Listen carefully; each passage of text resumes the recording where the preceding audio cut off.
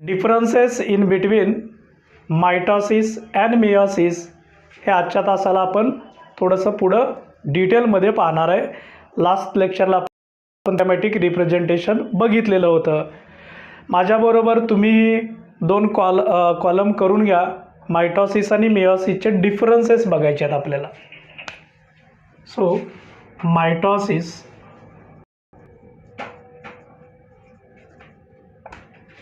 Meiosis.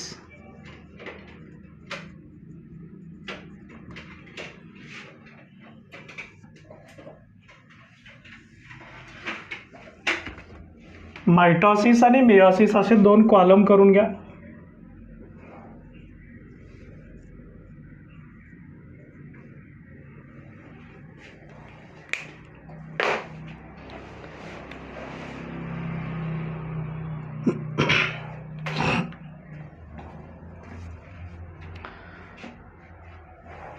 याला मराठीमध्ये आपण सूत्री विभाजन म्हणतो.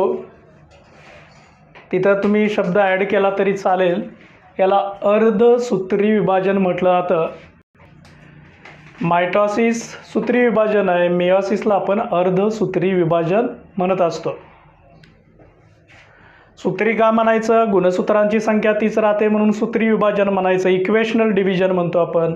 इकडं अर्धसूत्री का म्हणायचं? तर गुणसूत्रांची संख्या अर्धी होते, हाफ होते, रिड्यूस होते, त्याला अर्धसूत्री किंवा रिडक्शनल डिव्हिजन म्हटलं जातं. बघूया आपण पहिला डिफरन्स लिहिणार आहे. मी जसं आत्ता सांगितलं तो पहिला डिफरन्स आहे is a equational division. Equational division. तुम्हाला असंही विचारलं जातं MCQ साठी, which of the following is called as equational division. Mitosis A पर्याय असेल, बी मियोसिस असेल, सी बोथ मायटॉसिस मियोसिस असेल आणि डी नन ऑफ दिज असेल किंवा अजून काय पर्याय असेल. तर यापैकी करेक्ट आन्सर आहे ह्या मायटॉसिसलाच इक्वेशनल डिव्हिजन म्हणायचं, कारण गुणसूत्रांची संख्या तीच राहते, बदलत नाही, आहे ते पुढं कॅरी फॉरवर्ड केलं जातं म्हणून त्याला म्हणायचं इक्वेशनल डिव्हिजन. इकडं मात्र असं नाही. मियोसिसमध्ये गुणसूत्रांची संख्या अर्धी होते, हाफ होते म्हणून याला म्हणायचं रिडक्शनल डिव्हिजन. इकडल्या रिडक्शनल डिव्हिजन. इक्वेशनल डिव्हिजन आहे मायटॉसिस, रिडक्शनल डिव्हिजन आहे मियोसिस. अर्धसूत्री विभाजन म्हणायचं म्हणजे जसं की आपण लास्ट लेक्चरला बघितलं होतं. समजा इथं 2n असेल तर याच्या एकूण पेशी आपल्याला 4 मिळतात आणि नंबर मात्र हाफ होतो. इकडं असं नाही आहे. ही मूळ पॅरेंट सेल आहे. याच्यात जर 2n गुणसूत्रांची संख्या 2n दोन संच असतील तर तोच नंबर पुढं राहतो, 2nच राहतो. इथं मिळणाऱ्या पेशींची संख्या 2 असते, इथं मिळणाऱ्या पेशींची संख्या 4 असते. इथला गुणसूत्रांचा नंबर तोच राहतो, इथं गुणसूत्रांचा नंबर असतो तो हाफ होत असतो. हाफ होतो, कमी होतो म्हणून याला म्हणायचं रिडक्शनल डिव्हिजन. नंबर तोच पुढं जातो म्हणून याला म्हणायचं इक्वेशनल डिव्हिजन. ठीक आहे. आता दुसरा डिफरन्स बघूया आपण. ह्या डॉटर सेल्स आहेत. इथं किती डॉटर सेल्स मिळालेले आहेत? 2. म्हणजे मायटॉसिसमध्ये आम्हाला 2 डॉटर सेल्स मिळतात, मियोसिसमध्ये आम्हाला 4 डॉटर सेल्स मिळतात. हा पण दुसरा डिफरन्स. सेकंड डिफरन्स आहे. So gives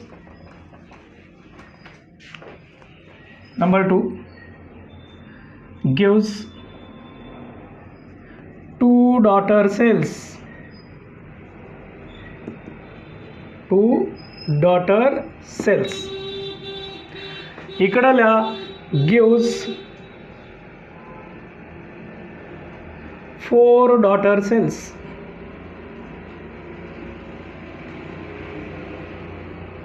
4 daughter cells. Side by side माझ्याबरोबर पण लिहा. हे सगळं माहिती आहे तुम्हाला, ऑलरेडी आपण शिकलेलो आहे. डायग्राममध्ये आपण बघितलेलं आहे कशा पद्धतीनं 2 पेशी मिळतात, 4 पेशी मिळतात. So gives 2 daughter cells, gives 4 daughter cells. Next number 3.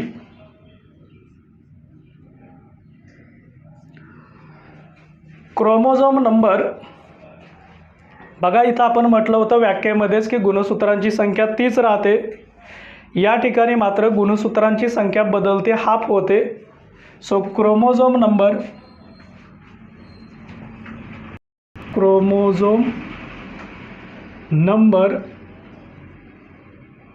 Remain same किंवा chromosome number is same.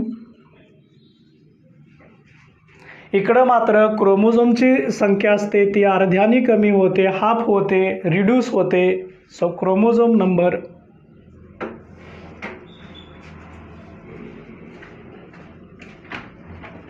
Remain half. इकडं असं म्हणा, क्रोमोझोम नंबर रिमेन सेम,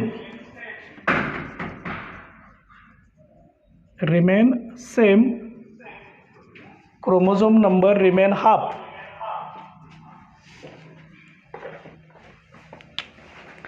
म्हणजे इथं 2 डॉटर सेल्स, इकडं 4 डॉटर सेल्स असतात. इथं गुणसूत्रांची संख्या सेम असते, इथं मात्र गुणसूत्रांची संख्या हाफ असते. याला आपण इक्वेशनल म्हटलं होतं, याला आपण रिडक्शनल म्हटलेलं होतं. मी जे मेन पॉईंट्स आहेत ते पण हायलाईट केलेले आहेत की जेणेकरून तुम्ही त्याला फोकस कराल. हे सगळे MCQसाठी पण विचारले जातात, शॉर्ट ॲन्सरसाठी पण विचारले जाते, मायटॉसिस शॉर्ट नोट म्हणून पण विचारली जाते, मियोसिस शॉर्ट नोट म्हणून विचारली जाते. किंबहुना याच्यावरती MCQ शॉर्ट ॲन्सर आणि 1 सेंटेन्स डेफिनेशनसुद्धा याच्यात इन्वॉल्ड आहेत. चला, गुणसूत्रांची संख्या तीच राहिलेली आहे. इकडं मात्र गुणसूत्रांची संख्या अर्ध्यानी कमी होते, अर्धसूत्री विभाजन. आता पुढचा फरक आपण बघूया की हे जे मायटॉसिस असतं, हे मायटॉसिस नक्की कोणत्या पेशीमध्ये घडतं. तर प्रत्येक सजीवामध्ये 2 प्रकारच्या पेशी असतात, म्हणजे ज्याला आपण सोमॅटिक सेल म्हणतो आणि जर्म सेल म्हणतो. बघा, नवीन शब्द मी वापरतोय, सोमॅटिक सेल्स आणि हे जर्म सेल्स. तुम्ही लिहू नका, हे नंतर डिफरन्समध्ये मी ॲड करणार, तुम्हाला अगोदर समजून सांगणार आहे. Germ cells. आता सोमॅटिक सेल्स म्हणजे काय? ठीक आहे, आतापर्यंत आम्हाला पेशी हा घटक आम्ही खूप डिटेल अभ्यासलेला आहे, पण नक्की सोमॅटिक सेल्स म्हणजे काय असतं? तर बाळांनो, somatic cells are nothing but body cells. आता तुम्ही म्हणाल बॉडी सेल्स म्हणजे काय? The cells which develop body characters तयार करतात.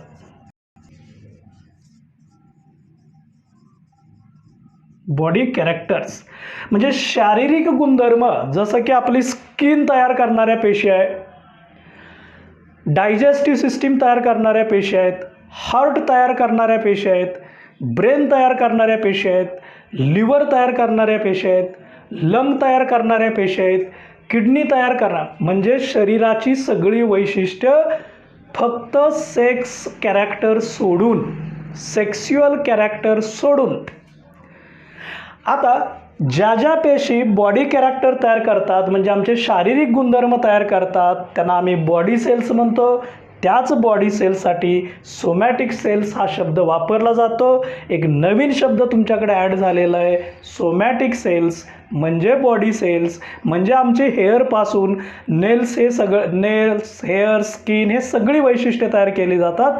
फक्त ज्याला आपण सेक्स्युअल कॅरेक्टर्स म्हणतो ते सोडून शारीरिक गुणधर्म तयार करणाऱ्या पेशी आहेत, यांना म्हणायचं बॉडी सेल्स, आणि अशा पेशींना म्हणायचं सोमॅटिक सेल्स. आणि या सोमॅटिक सेल्समध्ये हे मायटॉसिस घडत असतं. म्हणजे तुम्हाला असंही विचारलं जातं, MCQ तयार झाला, मायटॉसिस ऑकर्स इन असं विचारलं जातं. So mitosis occurs in somatic cells. हा पहिला डिफरन्स इथं आपण सेलनुसार, बॉडी सेल आणि जर्म सेलनुसार बघितला. आता हेच थोडंसं कम्पेअर करूया. जर्म सेल, अजून एक नवीन शब्द आपल्याला कळतोय, जर्म सेल. जर्म सेल्सला म्हणायचं सेक्स सेल्स. बघा, बॉडी सेलनी काय तयार केलं?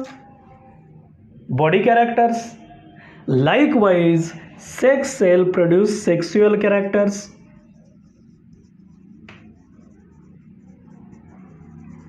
म्हणजे आपल्याला माहीत आहे की मेल सेक्स ऑर्गनशी रिलेटेड कॅरेक्टर असतील किंवा फिमेल सेक्स ऑर्गनशी रिलेटेड कॅरेक्टर्स असतील, sexual characters in male, sexual characters in female, ज्याला आम्ही गॅमिट्स म्हणतो. आणि गॅमिट तयार करणाऱ्या ज्या पेशी असतात त्या पेशी असतात सेक्स सेल. मग मेल गॅमिट्स तयार करतील किंवा फिमेल गॅमिट्स तयार करतील, ज्याला आपण सेक्शुअल रिप्रोडक्शन म्हणत असतो. आणि जिथं सेक्स ऑर्गन नसतात त्याला आपण असेक्शुअल रिप्रोडक्शन म्हणत असतो. हाही डिफरन्स आपण पाहणार आहे. तर आत्ता मला जो डिफरन्स सांगायचा होता तो असा आहे की मायटॉसिस हे सोमॅटिक सेलमध्ये होतं, मिओसिस हे जर्म सेलमध्ये होतं. आता तुमचं काही कन्फ्युजन असणार नाही, कारण तुम्हाला सोमॅटिक सेलचा अर्थ कळालेला आहे, बॉडी सेल्स आहेत. इव्हन त्याचं फंक्शन पण कळालं आहे की बॉडी सेल्स काय तयार करतात, तर बॉडी कॅरेक्टर्स तयार करतात, शारीरिक गुणधर्म तयार करतात, त्यांना सोमॅटिक सेल्स म्हणायचं. आणि लैंगिक गुणधर्म ज्याला आपण सेक्शुअल कॅरेक्टर्स म्हणतो ते तयार करतात, त्याला म्हणायचं जर्म सेल्स.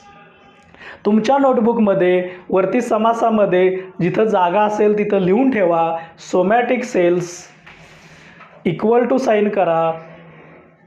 वरतीला समासामध्ये किंवा नोटबुकमध्ये खाली असा एक चौकोन करून त्याच्यातल्या नोट म्हणून लिहा.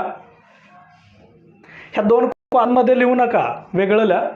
सोमॅटिक सेल्स शब्द लिहायचा, इक्वल टू साईन करायचं, बॉडी सेल्स लिहायचं, पुन्हा इक्वल टू साईन करायचं आणि बॉडी कॅरेक्टर्स लिहायचं. बाळांनो, सायन्स फील्डमध्ये तुम्हाला अजून बऱ्याच काही नवीन टर्म्स बायोलॉजीमध्ये, फिजिक्समध्ये, केमिस्ट्रीमध्ये, मॅथ्समध्ये येणार आहेत. जेव्हा जेव्हा एखादा नवीन शब्द येतो सर, त्या शब्दाचे जेव्हा अर्थ सांगतात, त्याच्याशी रिलेटेड जी काही माहिती सांगतात ती आपल्या नोटबुकमध्ये कुठंतरी नोट करून ठेवायची, जेणेकरून आपलं पण ज्याला आपण व्होकॅबरी म्हणतो की जेणेकरून जास्तीत जास्त टर्म आपल्यापर्यंत पोहोचतील आणि तो आपला कन्सेप्ट क्लिअर होईल. त्यासाठी एकदा नोट करून ठेवायचं. जसं तुम्ही लिहिलं somatic cells equal to body cells equal to body characters, तसंच लिहायचं germ cells equal to sex cells equal to sexual characters. म्हणजे तुमच्या लक्षात आलं आहे की आपले शारीरिक गुणधर्म तयार करणाऱ्या पेशी वेगळ्या आहेत आणि सेक्शुअल कॅरेक्टर्स तयार करणाऱ्या पेशी वेगळ्या आहेत, somatic cells and germ cells. आता आपण टेबल हाच डिफरन्स लिहूया. Occurs in somatic cells, occurs in मायटॉसिसमध्ये लिहायचं आहे, ऑकर्स इन सोमॅटिक सेल्स. मिओसिसमध्ये लिहायचं आहे occurs in germ cells.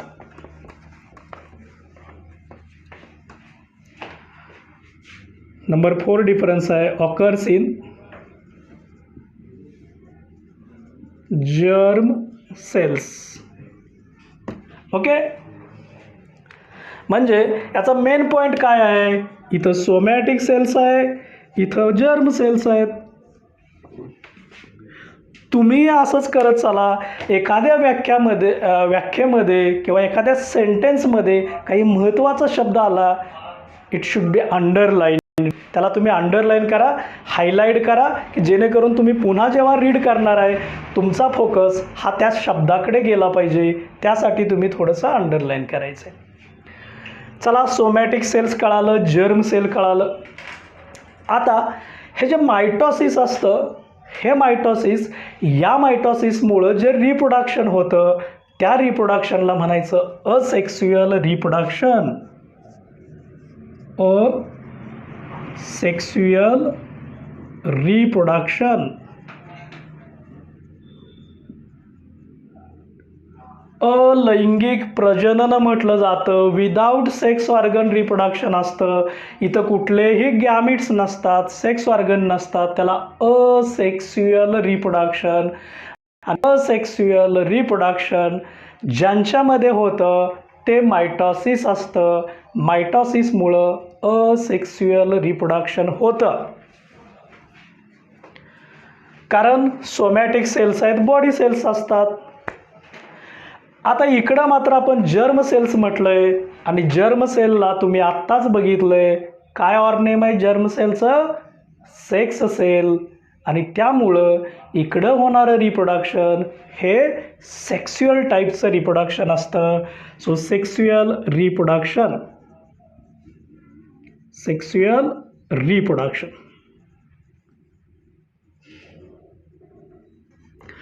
Okay. Next difference. आता जेव्हा एखाद्या सजीवामध्ये असेक्स्युअल रिप्रोडक्शन होतं म्हणजेच मायटॉसिस होतं तेव्हा मात्र पॅरेंट सेल आणि डॉटर सेल्स या एकसारख्या असतात, सिमिलर असतात, समान असतात. ज्यांना आपण पुढं जाऊन क्लोन हा शब्द म्हणत असतो. क्लोन म्हणजे जिनॅटिकली आयडेंटिकल, त्यांचं जिनॅटिक सेम असतं. म्हणजे पॅरेंट सेल आणि डॉटर सेल ह्या एकसारख्या असतात, सिमिलर असतात. इकडं मात्र त्या नसतात. इकडं मात्र त्यांच्यात फरक झालेला आहे, व्हेरिएशन्स असतात, बदल झालेले असतात. आणि इकडं मात्र बदल झालेले नसतात. आणि म्हणून हा एक डिफरन्स आहे. So parent cell and daughter cells, daughter cells are similar. So parent cell and daughter cells are similar. Similar शब्द महत्त्वाचा आहे, याला हायलाइट करा. इकडं मात्र वाक्य तेच लिहायचं, सिमिलरच्या ठिकाणी डिसिमिलर लिहा किंवा डिफरंट लिहा चालेल. So parent cell and daughter cells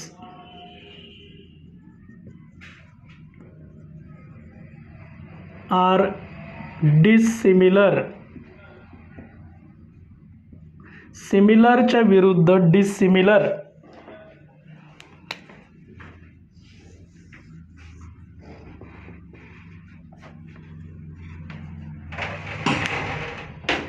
okay. आता आपण डायग्रॅम जेव्हा बघितल्या, तुम्हाला जर त्या डायग्रॅम आठवत असतील मायटॉसिस आणि मियोसिस, तर तुम्हाला असं दिसतं की जेव्हा मायटॉसिस होतं पेशीचं एकदाच विभाजन झालेलं असतं, सिंगल डिव्हिजन होते. एकदा विभाजन झालं की 2 मिळतात आणि तिथं थांबते. म्हणजे पेशीचं विभाजन केवळ एकदाच होतं. मियोसिसमध्ये तसं नव्हतं. एकदा डिव्हिजन झाली की 2 पेशी मिळतात आणि दुसऱ्यांदा डिव्हिजन झाली की त्याच्या 4 होतात. म्हणजे इकडं डिव्हिजन 2 वेळा आपण डायग्रॅममध्ये बघितली होती, इकडं डिव्हिजन ही एकदाच बघितली होती. So cell divides only 1, cell divides twice, किंवा 1 डिव्हिजन आणि 2 डिव्हिजन्स असं लिहिलं तरी चालेल. नेक्स्ट डिफरन्स लिहूया आपण. 1 डिव्हिजन ऑफ सेल,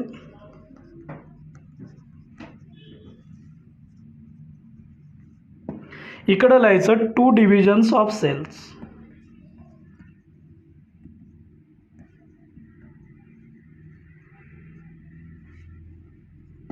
महत्त्वाचा आहे तो म्हणजेच 1 डिव्हिजन आणि इकडं 2 डिव्हिजन्स.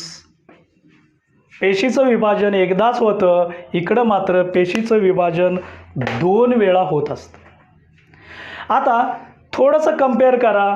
जर एकदाच डिव्हिजन झाली तर ती सोपी प्रक्रिया असते, इकडं 2दा होतं त्यामुळे ते कॉम्प्लेक्स होतं. आणि म्हणून याला आपण असंही म्हणू शकतो, is a simple division, is a complex division. आता ही कॉम्प्लेक्स होण्याचं अजूनही कारण आहे. आत्ताच आपण बघितलं डिसिमिलर. डिसिमिलर याचा अर्थ असा असतो बघा, मायटॉसिसमध्ये काय होतं मी मला दाखवतो. हे मायटॉसिस आहे, मायटॉसिसमध्ये होतं. ह्या मायटॉसिसमध्ये हे 2 पॅरेंट म्हणजेच हा फादर आणि मदर यांचे क्रोमोझोम्स एकत्र येतात आणि पुन्हा ते जसेच्या तसे पुढं कॅरी फॉरवर्ड होतात. त्याच्यात कुठंही एकमेकात मिक्सिंग होत नाही. मिओसिसमध्ये असं होत नाही. मिओसिसमध्ये काय होतं बघा, जेव्हा हे दोन एकत्र येणार, ठीक आहे, आता काय होतं बघा, हा आत्ता जे मी प्रोसेस सांगणार आहे हे खूप महत्त्वाचे आहे. याचा क्रोमोझोमचा पार्ट हा वेगळा होतो, याचा क्रोमोझोमचा पार्ट याला जोडला जातो आणि याचा क्रोमोझोमचा पार्ट याला जोडला. सांगा, मूळच्या पॅरेंटपेक्षा बदल झालेला आहे, व्हेरिएशन झालं, आणि हा बदल होणं हे कॉम्प्लेक्स प्रोसेस असते, बदल न होणं ही सिंपल प्रोसेस असते. आणि म्हणून आपण असं म्हणणार आहे, is a simple division is a complex division. Next difference आहे, it is simple division, it is complex division.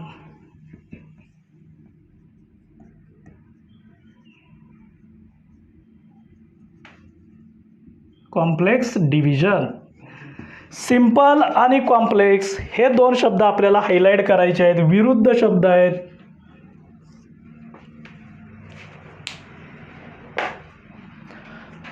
Okay, आता हे जे आपण सगळे डिफरन्सेस बघितलेले आहेत, या सगळ्या डिफरन्सेसमध्ये मायटॉसिस, मिओसिस हे अगदी साध्या पद्धतीनं आपण डिस्टिंग्विश केलेलं आहे. तुम्ही दोन्ही कॉलम पाठ करण्याची गरज नसते, एकमेकाच्या विरुद्ध आहेत. आणि त्यामुळं इथं बघा, इक्वेशनल त्याच्या विरुद्ध आहे रिडक्शनल. 2 सेल्स इथं 4 सेल्स आहेत, इथं सेम क्रोमोझोम आहेत, इथं हाफ होतो. इथं सोमॅटिक सेल नवीन शब्द आला आहे, सोमॅटिकचा अर्थ सांगितला मी तुम्हाला, बॉडी सेल्स, बॉडी कॅरेक्टर्स तयार करतात. त्याच्या विरुद्ध आहे जर्म सेल्स, सेक्स सेल्स असतात, सेक्शुअल कॅरेक्टर्स असतात. याला असेक्शुअल रिप्रोडक्शन म्हणायचं, याला सेक्शुअल रिप्रोडक्शन म्हणायचं. पॅरेंट डॉटर सेम असतात, सिमिलर त्याच्या विरुद्ध डिसिमिलर आहे. 1 डिव्हिजन आहेत, 2 डिव्हिजन आहेत, सिंपल डिव्हिजन आहे, कॉम्प्लेक्स डिव्हिजन आहे. अजून एक डिफरन्स आपण इथं ॲड करू शकतो, जसं की आपण म्हटलं इथं सिमिलर आहेत, इथं डिसिमिलर आहे, याचा अर्थ इथं कुठलेही बदल नाहीत. So no variations, no variations. इकडं मात्र बदल झालेले असतात, शोज व्हेरिएशन्स, शोज व्हेरिएशन्स. खूप डिटेल आपण खूप कमी जागेमध्ये 9 डिफरन्स आपण लिहिलेले आहेत. मायटॉसिस आणि मिओसिस हा आपल्याकडं जो मेन पार्ट होता, सेल सायकल, सेल डिव्हिजन, आणि त्या सेल डिव्हिजनमधला मायटॉसिस आणि मिओसिस हा पार्ट इथं पूर्ण होतो. व्यवस्थित टेबल लिहून घ्या, काही लिहायचे मुद्दे राहिले असतील तर ते ॲड करा, व्यवस्थित लिहा.